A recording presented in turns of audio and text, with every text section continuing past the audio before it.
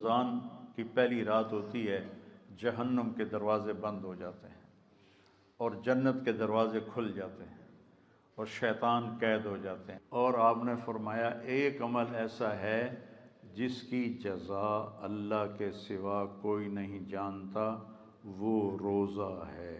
حضرت علی نے فرمایا جو ایک روزہ چھوڑ دے فرض اور پھر قیامت تک روزے رکھتا رہے، زندگی بھر نہیں، قیامت تک زندہ رہے اور روزے رکھتا رہے، تو اس ایک فرض روزے کے اجر کو حاصل نہیں کر سکتا۔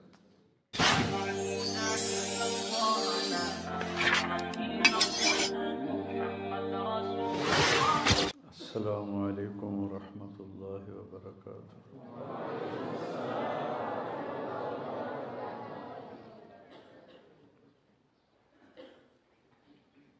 کیا حال ہے؟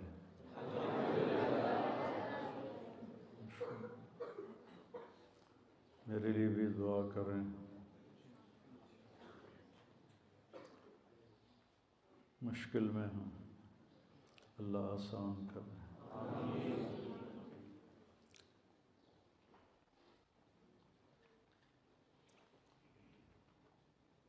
بسم اللہ الرحمن الرحیم، والصلاة والسلام علی رسولہ الکریم وعلی آلہ واصحابہ اجمعین، اما بعد۔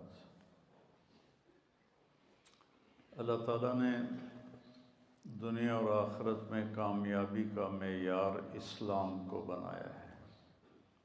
ان الدین عند اللہ الاسلام، اللہ کی بارگاہ میں اب ایک ہی دین قبول ہے، وہ ہے اسلام۔ وَمَن يَبْتَغِ غَيْرَ الْإِسْلَامِ دِينًا فَلَن يُقْبَلَ مِنْهُ وَهُوَ فِي الْآخِرَةِ مِنَ الْخَاسِرِينَ۔ جو اسلام کو چھوڑ کر کسی اور راستے پر چلے گا وہ اللہ کے ہاں قبول نہیں ہوگا اور وہ آخرت میں ناکام ہوگا۔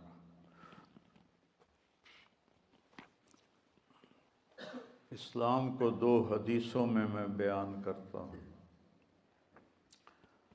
بنی الاسلام علی خمس، اللہ کے نبی کا فرمان ہے اسلام کی بنیاد 5 چیزیں ہیں۔ تو آپ کو پتہ ہے کہ عمارت جو بنائی جاتی ہے تو بنیادوں سے شروع کی جاتی ہے۔ تو یہ حدیث پاک بتا رہی ہے کہ اسلام کی بنیاد کیا ہے۔ ایک لا الہ الا اللہ محمد الرسول اللہ کی گواہی دینا، پھر نماز پڑھنا، روزہ رکھنا، زکوٰۃ دینا اور حج کرنا۔ تو اللہ تعالیٰ نے، اللہ کے نبی نے جیسے روزے کو پیش کیا نا، یہ کسی عمل کو ایسے پیش نہیں کیا کہ آپ ممبر پہ کھڑے ہوئے اور فرمایا ماذا یستقبلکم وماذا تستقبلون، وہ کون آ رہا ہے، تم کس کے سامنے جا رہے ہو۔ تو سارے ایک دم گھبرا گئے، چونکہ آپ نے بڑے پرجوش انداز میں فرمایا۔ پھر فرمایا ماذا یستقبلکم وماذا تستقبلون، وہ کون آ رہا ہے، تم کس کے سامنے جا رہے ہو۔ پھر اور صحابہ پریشان ہو گئے۔ پھر آپ نے تیسری دفعہ فرمایا ماذا یستقبلکم وماذا تستقبلون، وہ کون آ رہا ہے، کس کے سامنے جا رہے ہو۔ تو عمر رضی اللہ تعالیٰ عنہ کھڑے ہو گئے، یا رسول اللہ اوحی نزل، کیا کوئی وحی آئی ہے۔ آپ نے فرمایا نہیں۔ تو پھر انہوں نے پوچھا اعدو حضر، کوئی دشمن آ رہا ہے جو آپ نے دیکھ لیا ہے۔ آپ تو اللہ کو آپ کو غیب کے پردے ہٹا دیتا تھا اللہ آپ سے۔ اعدو حضر، کیا کوئی دشمن آ رہا ہے؟ آپ نے کہا نہیں۔ کہا تو پھر کیا ہے؟ آپ نے کہا رمضان آ رہا ہے۔ یہ تعبیر نہ نماز کے لیے ہے، نہ حج کے لیے ہے، نہ زکوٰۃ کے لیے ہے، اور نہ جہاد کے لیے ہے، نہ تہجد کے لیے ہے، نہ ذکر کے لیے ہے، نہ تلاوت کے لیے ہے۔ کسی عمل کی یہ تصویر کشی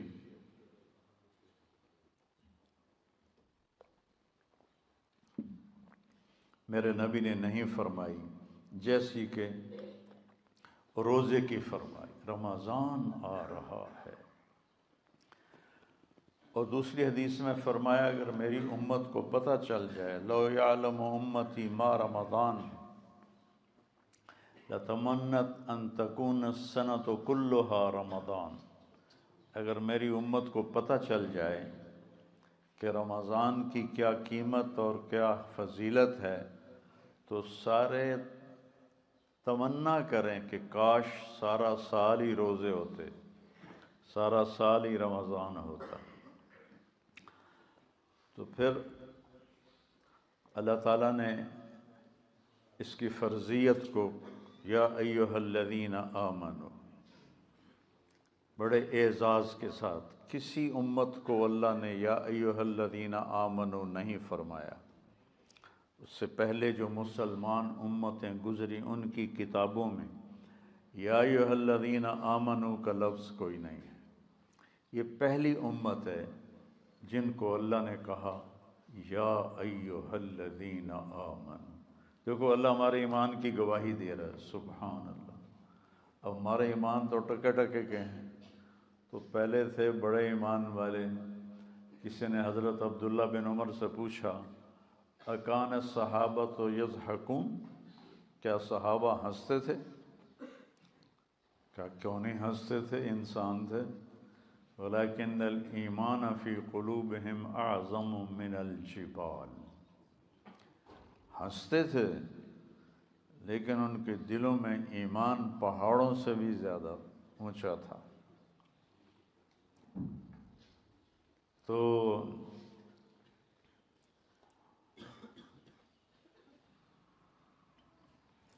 اللہ کے نبی نے روزے کو جس طرح بیان کیا ہے ایسے اور کسی چیز کو بیان نہیں کیا۔ تو آپ نے فرمایا میری امت کو پتہ چل جائے رمضان کیا ہے تو تمنا کریں کہ سارا سال رمضان ہو، سارا سال ہو۔ تو اللہ نے اس کو پیش کیا یا ایھا الذین آمنو، اے ایمان والو۔ قرآن میں 190 دفعہ آیا ہے یا ایھا الذین آمنو، 99 دفعہ، 89، 89، 89، یا ایھا الذین آمنو۔ یہ عزت صرف اس امت کو ملی ہے اور کسی امت کو یہ اعزاز نہیں ملا۔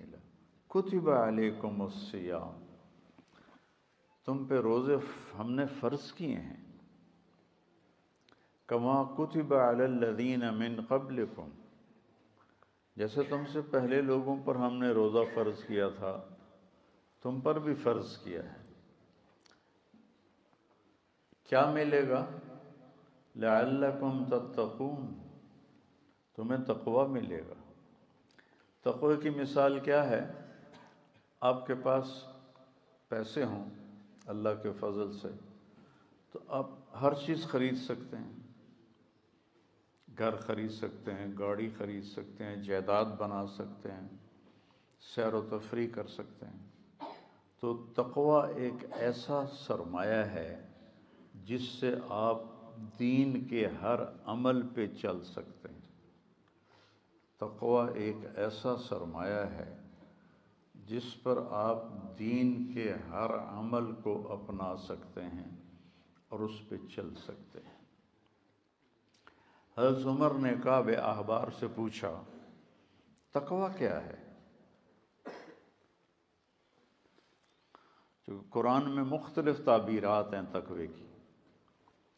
تو حضرت عمر نے پوچھا، کعب احبار یہودی عالم تھے، ایمان لائے تھے، تابعی ہیں، مت تقوی، فرمانے لگے کبھی کانٹوں بھرے راستے پہ چلے ہو؟ سبحان اللہ۔ کہنے لگے ہاں، اور اب میں تو کانٹے ہی کانٹے تھے، کوئی سبزہ تو تھا ہی نہیں۔ تو کہنے لگے پھر کیا کرتے ہو؟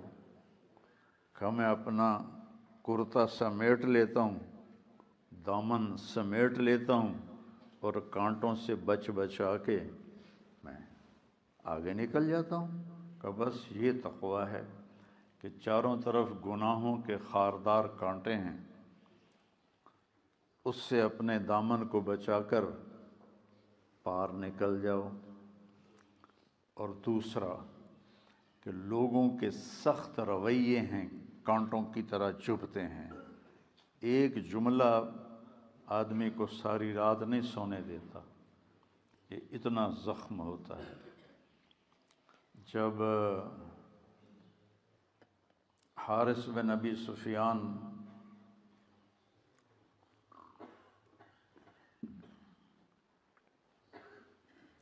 اور عبداللہ بن کیا تھے، وہ ایمان لانے کے لیے تشریف لائے فتح مکہ سے پہلے، تو آپ نے ان کو ملنے سے انکار کر دیا کہ مجھے ان کا ایمان قبول نہیں ہے، کہ یہ میرے بارے میں بہت سخت باتیں کرتے تھے۔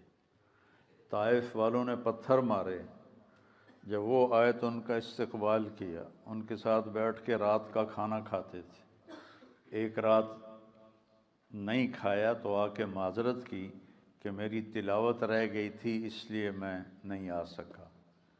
اور یہ ایک پھوپھی کا بیٹا ہے اور ایک تایا کا بیٹا ہے۔ تو ابو سفیان بن حارث صاحب کے سب سے بڑے تایا تھے، کہ مجھے ان کا ایمان قبول نہیں ہے، یہ میرے بارے میں بہت سخت باتیں کرتے تھے۔ پھر حضرت ام سلمہ نے سفارش کی تو پھر ان کو بلایا۔ تو لوگوں کے سخت رویے کانٹوں کی طرح ایسے راستے میں ہیں، تو ان میں الجھنے کی بجائے دامن بچاؤ، کان بند کرو اور آگے چلے جاؤ، جواب دینے کے چکر میں نہ پڑو، اور اپنے دل کو صاف کر کے آگے نکل جاؤ۔ زبان کا بول، وَهَلْ يَكُبُّ النَّاسَ فِي نَارِ جَهَنَّمَ إِلَّا حَصَائِدُ أَلْسِنَتِهِمْ، معاذ تمہیں پتہ ہے سب سے زیادہ جہنم میں دھکا دینے والی زبان ہوگی۔ تو لوگوں کی کڑوی سن کر برداشت کرو، اور اپنی زبان میں شہد بھر لو، میٹھا بول بولو، غصے میں بھی خیال کرو ایسا بول نہ نکلے جو اگلے کو زخمی کر دے۔ تو روزے کے ساتھ کیا ہوتا ہے؟ تقوی مل جاتا ہے۔ جب تقوی ملتا ہے، من یتق اللہ یجعل لہ مخرج ویرزقہ من حیث لا یحتسب، جو تقوی اختیار کرتا ہے اللہ تعالیٰ اس کو وہاں سے رزق دیتا ہے، اس کو ہر تنگی سے راستہ دیتا ہے، اور وہاں سے رزق دیتا ہے جہاں سے اس کو وہم و گمان بھی نہیں ہوتا۔ حضرت مقداد رضی اللہ تعالی عنہ پیشاب کرنے گئے، تو سامنے ایک سوراخ تھا، جہاں وہ بیٹھے پیشاب کر رہے تھے سوراخ تھا، تو ایک چوہا اندر سے نکلا اور 1 دینار آپ کے سامنے پھینک کے اندر چلا گیا۔ پھر گیا، پھر ایک دوسرا دینار لے کے آیا، پھر 3، پھر 4، پھر 5، پھر 6، پھر 7، پھر 8، 19 دینار اس نے اپنے سوراخ سے نکال کے حضرت مقداد کے سامنے پھینک کے اندر چلا گیا۔ وہ بڑے بھی حیران پریشان، انہوں نے وہ اٹھائے، فارغ ہو کر آ کر اللہ کے نبی کو پیش کیے کہ یا رسول اللہ میرے ساتھ تو یہ قصہ ہوا ہے، آج چوہے نے مجھے مالدار بنا دیا۔ تو آپ نے فرمایا یہ رزق ہے جو اللہ نے تجھے عطا کیا ہے۔ پھر یہ آیت پڑھی، من یتق اللہ یجعل لہ مخرج ویرزقہ من حیث لا یحتسب۔ اب یہ راستہ صرف مسلمان کے پاس ہے کہ اگر وہ تقوی اختیار کرتا ہے تو اسے اللہ وہاں سے دے گا جس کا اس کو وہم و گمان بھی نہیں ہوگا۔ من یتق اللہ یجعل لہ من امرہ یسرا، جو تقوی اختیار کرے گا اللہ اس کے لیے آسانیاں پیدا کر دے گا۔ من یتق اللہ یکفر عنہ سیئاتہ ویعظم لہ اجرا، جو تقوی اختیار کرے گا اللہ اس کے گناہوں کو معاف کر دے گا، صاف کر دے گا۔ یکفر کا مطلب ہوتا ہے نشان مٹا دینا، عفا کا مطلب ہوتا ہے چھپا دینا، اور تکفیر کا مطلب ہوتا ہے نشان مٹا دینا۔ اللہ ان کے گناہوں کے نشان مٹا دے گا اور ان کا اجر بہت زیادہ کر دے گا۔ ان تصبروا وتتقوا لا یضرکم کیدہم شیئا ان اللہ بما یعملون محیط۔ تم صبر اور تقوی اختیار کرو تو دشمن کی کوئی چال تمہارے اوپر کارگر نہیں ہوگی، اللہ ان کا گھیرا ڈالے ہوئے ہے، ان کے گرد گھیرا ڈالے ہوئے ہے۔ تو روزے کا صلہ بتایا گیا ہے تقوی، کہ اس سے انسان کو تقوی حاصل ہوتا ہے، اللہ کی خشیت، اللہ سے حیا کو تقوی کہتے ہیں۔ ایک گناہ نہ کرنا کہ دوزخ میں جاؤں گا، یہ بھی ایمان کا حصہ ہے۔ ایک گناہ نہ کرنا کہ مجھے اللہ سے شرم آتی ہے، مجھے اللہ سے حیا آتی ہے، یہ حیا کا جو درجہ ہے یہ خوف کے درجے سے بڑا ہے، خوف کے درجے سے حیا کا درجہ بڑا ہے۔ تو روزہ واحد عمل ہے جس کے پیچھے اللہ تعالیٰ نے فرمایا کہ تمہیں تقوی نصیب ہوگا، اور اللہ کے نبی کا فرمان ہے من صام یوما تطوعا ثم اعطی ملء الارض ذهبا لم یستوف ثوابہ دون یوم الحساب، کہ جس نے نفلی روزہ رکھا، نفل جو آپ کی نفل زائد کو کہتے ہیں، جس نے نفلی روزہ رکھا اور پھر اس کے بدلے میں پوری دنیا سونے سے بھر کے اس کو پیش کی گئی، 7 بر اعظم سونے سے بھر کے اس کو پیش کیے گئے کہ یہ آپ کے روزے کا بدلہ ہے، تو میرے نبی نے فرمایا کہ یہ سونے سے بھرا ہوا جہان اس نفل روزے کا بدلہ نہیں بن سکتا، صرف قیامت کے دن اللہ ہی اس کا بدلہ عطا فرمائے گا۔ تو فرض روزے کو حضرت علی نے فرمایا جو ایک روزہ چھوڑ دے فرض اور پھر قیامت تک روزے رکھتا رہے، زندگی بھر نہیں، قیامت تک زندہ رہے اور روزے رکھتا رہے، تو اس ایک فرض روزے کے اجر کو حاصل نہیں کر سکتا۔ پہلی امتوں پہ روزہ 24 گھنٹے کا تھا، اس امت پر اللہ نے سحری اور افطاری کر دی، سہولت کر دی، آسانی کر دی کہ سحری بھی کھاؤ اور سحری کو اجر قرار دے۔ ان اللہ و ملائکتہ لیصلون علی المتصحرین، اللہ سحری کھانے والوں پر اپنی رحمت اتارتا ہے، وہ فرشتے ان کے لیے دعا کرتے ہیں۔ ایک دفعہ آپ سحری کا کھانا کھا رہے تھے اور بکرے کی سری پکی ہوئی تھی، حضرت علی رضی اللہ تعالیٰ عنہ اور ارباز بن ساریہ اور حضرت مقداد، یہ 3 آپ کے ساتھ بیٹھ کے سحری فرما رہے تھے۔ حضرت بلال آئے، یا رسول اللہ صبح ہو گئی ہے تو آپ اب کھانا چھوڑ دیں، میں اذان دینے جا رہا ہوں۔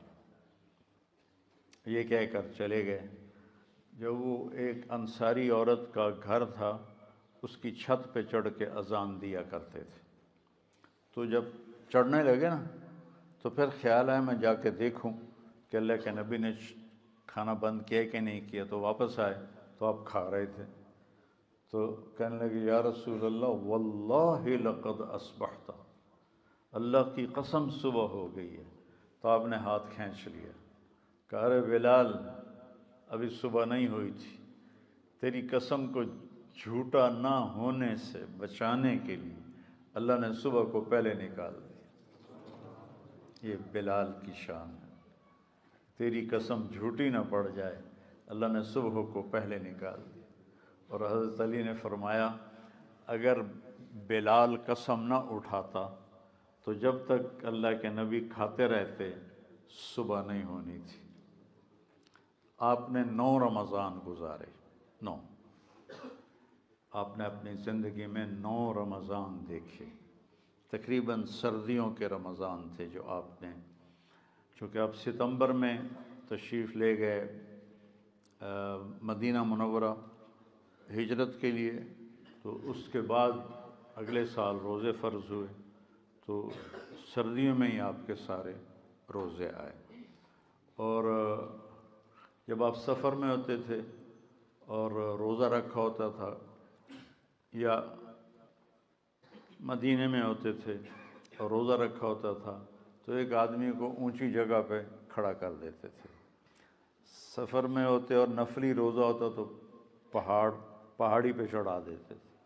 جو ہی سورج کا کنارہ ڈوبتا تھا، اس زمانے میں یہ دھند اور غبار اور یہ پولوشن تو تھی نہیں، صاف آسمان ہوتا تھا، جو ہی سورج کا کنارہ ڈوبتا تھا تو کہتا یا رسول اللہ غربت، اور فوراً کھجور منہ میں رکھتے تھے۔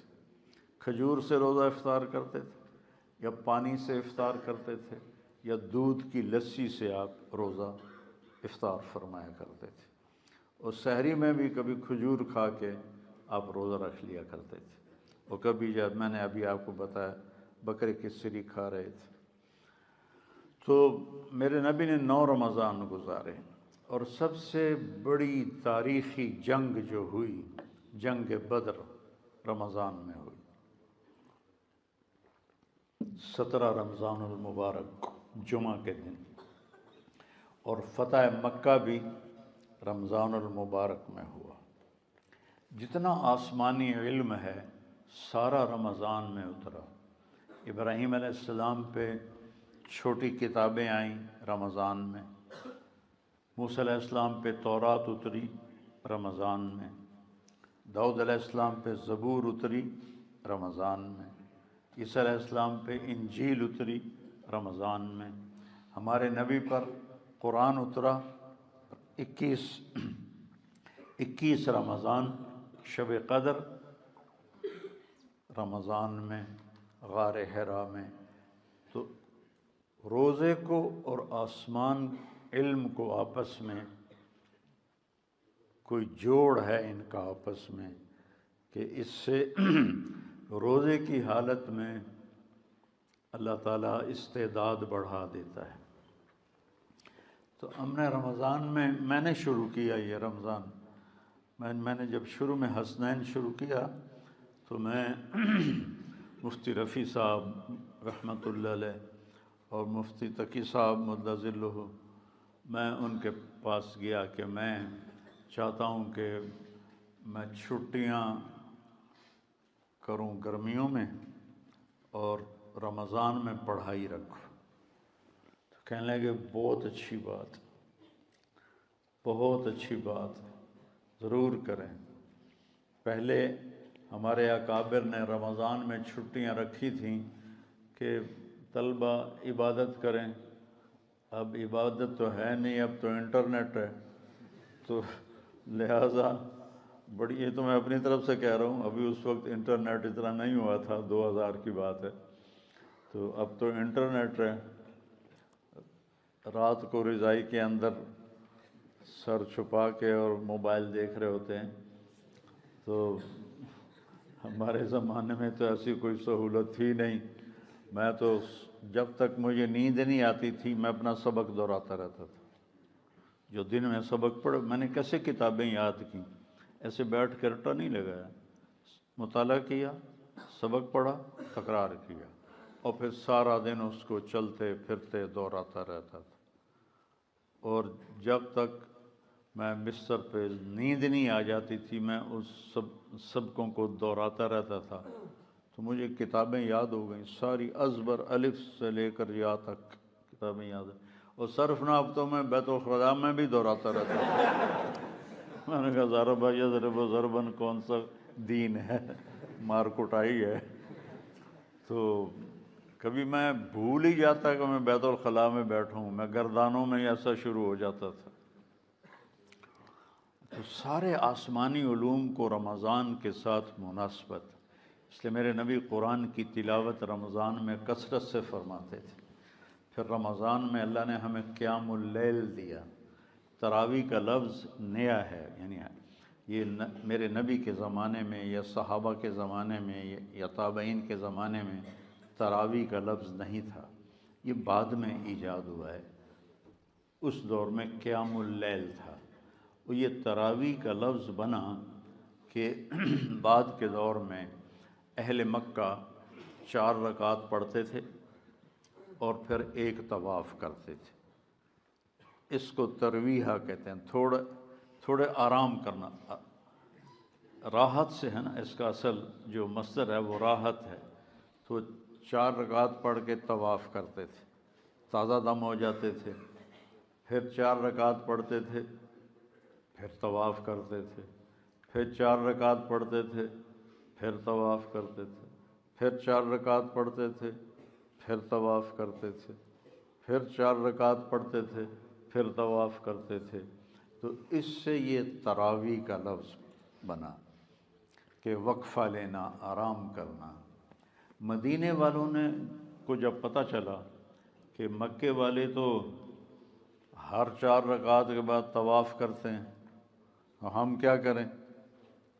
تو انہوں نے 20 کی 40 پڑھنا شروع کر دی. اللہ نے اس امت پہ قیام اللیل، جس کو اب ہم تراویح کہتے ہیں، یہ اس امت کو تحفہ عطا فرمایا کہ اس میں قرآن سنو. اور پہلی کتابیں امت کو یاد نہیں ہوتی تھی، صرف نبی کو یاد ہوتی تھی، باقی کوئی کتاب کو یاد نہیں کر سکتا تھا. لہذا ان کی نماز تسبیح ہوتی تھی، تسبیح، تحلیل، تکبیر. تو ہمیں تو اللہ قرآن دیتا ہے، اگر قرآن کی سمجھ ہو تو کتنے کبھی جنت کے نظارے، کبھی دنیا کی بے ثباتی، کبھی ایمانی صفات، کبھی اخلاق، کبھی سخاوت، کبھی جہنم، کبھی توحید، کبھی رسالت، کبھی آخرت، کبھی دنیا کی حقارت، کبھی آپس کے معاملات، کبھی آپ میاں بیوی کا تعلق، باپ اولاد کا تعلق، بھائی بھائی کا تعلق، تجارت کے مسئلے، زراعت کے مسئلے، حکومت کے مسئلے. قرآن تو ایک غنچہ نہیں ہے، ایک گلستان ہے جس میں پھول ہی پھول کھلے ہوئے ہیں. ابو ریحانہ رضی اللہ تعالیٰ عنہ جہاد کے سفر میں تھے، واپس آئے تو بیوی سے کہنے لگے 2 نفل پڑھ لوں. آخر ان کو بھی تو شوق ہے کہ میں بیوی سے خلوت میں ہوں، 2 نفل پڑھ لوں. کہنے کہ ہاں پڑھ لو. انہوں نے کہا انا اطعنا پڑھے گا. انہوں نے جو اللہ اکبر کیا اور نماز پڑھتے پڑھتے پڑھتے فجر کی اذان ہو گئی 2 نفلوں میں. جب ان اذان سن کے سلام پھیرا تو ان کی بیگم نے کہا ابا ریحانہ تعبت و اتعبتنی، خود بھی تھکے ہو مجھے بھی تھکایا ہے، میں تمہیں یاد نہیں تھی؟ کہنے لگے واللہ نسیت، اللہ کی قسم میں تمہیں بھول گیا تھا. کہ تیرا بھلا ہو، بھول گئے ایک کمرے میں خلوت میں، کیسے بھول گئے ہو؟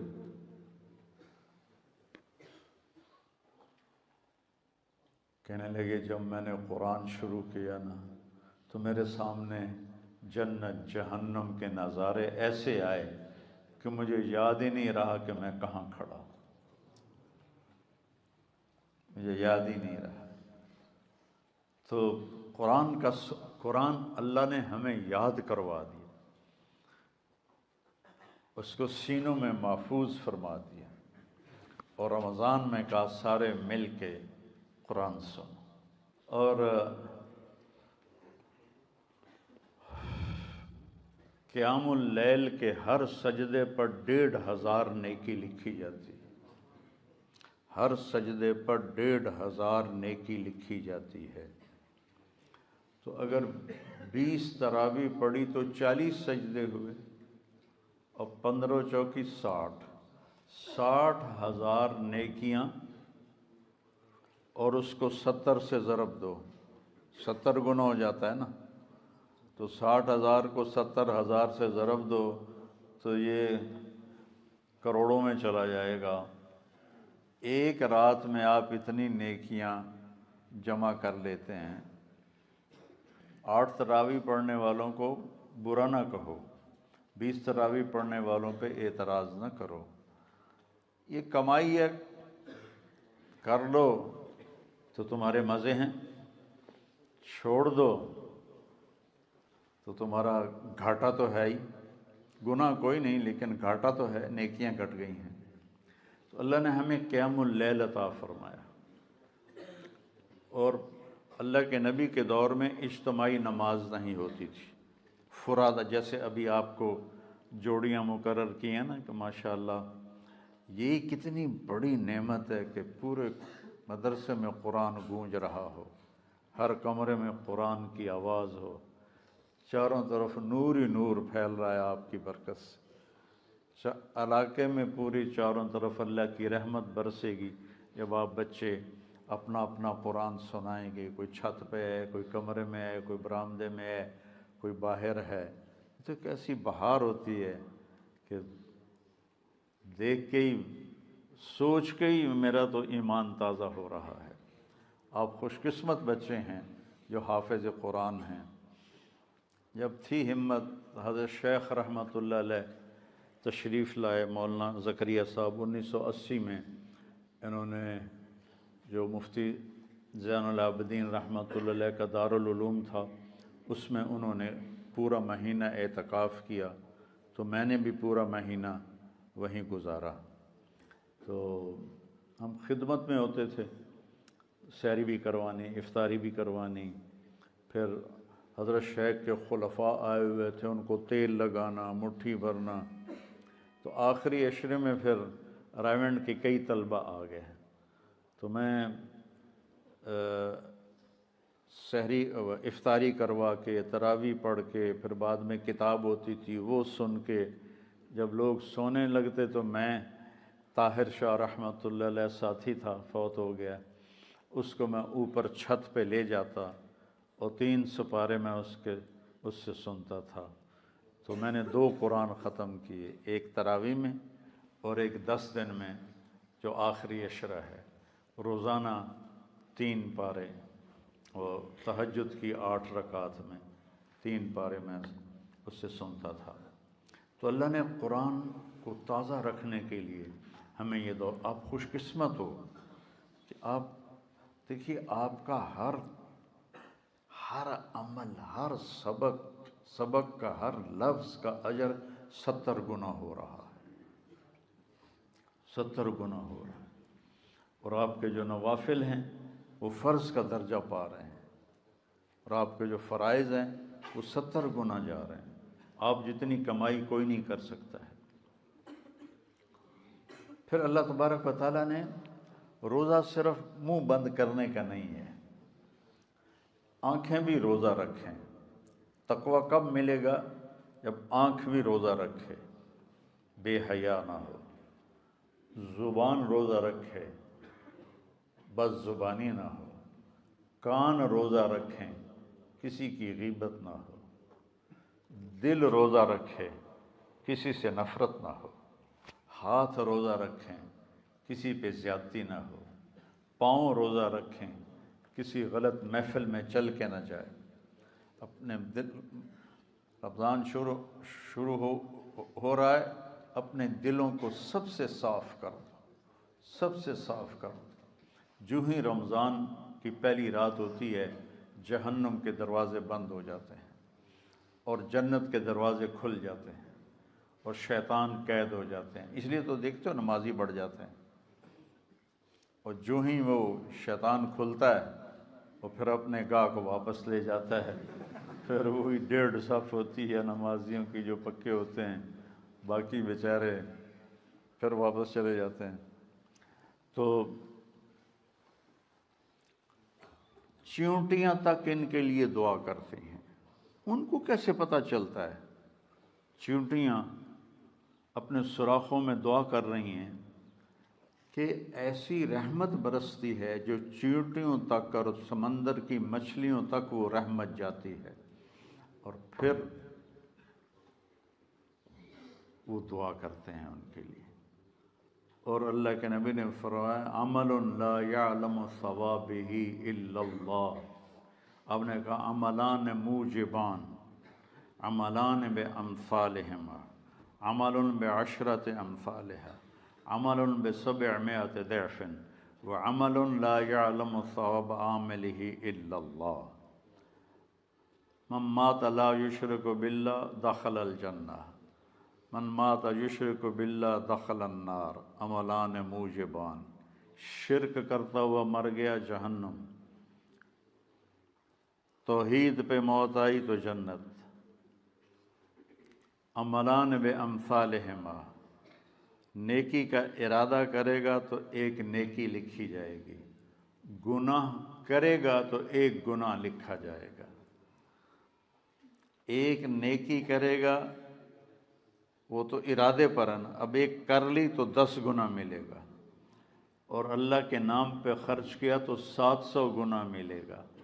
اور آپ نے فرمایا ایک عمل ایسا ہے جس کی جزا اللہ کے سوا کوئی نہیں جانتا، وہ روزہ ہے، وہ روزہ ہے۔ آپ نے فرمایا میں نے جب معراج پہ گیا تو میں نے دیکھا کچھ لوگ الٹے لٹکے ہوئے تھے اور ان کو نیچے سے آگ جلا رہی تھی۔ تو آپ نے جبریل سے پوچھا یہ کون لوگ ہیں؟ کہ یہ وہ لوگ ہیں جو فرض روزہ چھوڑ دیتے تھے جان بوجھ کے۔ اللہ نے گنجائش دی ہے، بیمار ہو نہ رکھو، مسافر ہو بعد میں رکھ لو، ابھی چھوڑ دو بعد میں رکھ لو۔ آپ نے جب فتح مکہ پہ پہنچے کے لیے تو عصفان کے مقام پر رمضان کا مہینہ تھا، آپ نے ایسے آپ نے ایسے بڑا، اب یہ پیالہ تو ہے نہیں، پیالی بھی نہیں ہے، چھوٹی چھوٹی گلاسیں آ گئی ہیں، بخل کی سب سے بڑی علامت ہے۔ ہمارے بچپن میں اتنا بڑا گلاس ہوتا تھا، اتنا چوڑا، اتنا بڑا، اور ہماری ثقافت تھی رات کو کوئی بھی مہمان ڈیرے پہ ہوتا، مسافر ہوتے یا جانے والے، ان کو رات کو دودھ پیش کیا جاتا تھا، چونکہ جانور بہت زیادہ ہوتے تھے اس زمانے میں، تو دودھ وافر ہوتا تھا تو مہمانوں کو دودھ پلاتے تھے۔ تو ایک ابا جی کا دوست تھا، وہ اس کے والد کا نام تھا چاچا نواب، وہ ہمارے دادے کا بڑا دوست تھا، تو چاچا لال اس کا نام تھا۔ وہ ڈیرے پر آیا تو نوکر دودھ لے کر گیا، تو آج کل گلاس چھوٹے ہی ہیں تو ایسے تو نہیں لیکن اتنے، تو وہ گلاس کو دیکھ کر کہنے لگا پتر میں نہیں پیندا، میں نہیں پیندا۔ اسے کہا چاچا کی گل ہے؟ کہنے لگا دو تو ود پیواں تو بے غیرت بنا، تو دو نال میرا گزارا نہیں، جا لے جا، میں نہیں پیندا۔ آپ نے ایسے پیالہ لیا اور سب کے سامنے اس طرح روزہ توڑ دیا. سفر میں تھے نا، اور آگے اب مکہ قریب تھا تو آپ نے روزہ توڑ دیا. آپ کے ساتھ باقی نے بھی توڑ دیا. کچھ لوگوں نے کہا نہیں ہم پورا کریں گے. تو اتنی گرمی اور سفر، جب وہ پڑاؤ کیا تو وہ سارے ایسے پڑے ہوئے، ہمت ہی نہیں. جنہوں نے روزہ توڑ دیا تھا انہوں نے خیمے لگائے، چارہ اکٹھا کیا اونٹوں کے لیے، گھوڑوں کے لیے. تو آپ نے فرمایا آج روزہ توڑنے والے روزہ رکھنے والوں سے آگے نکل گئے.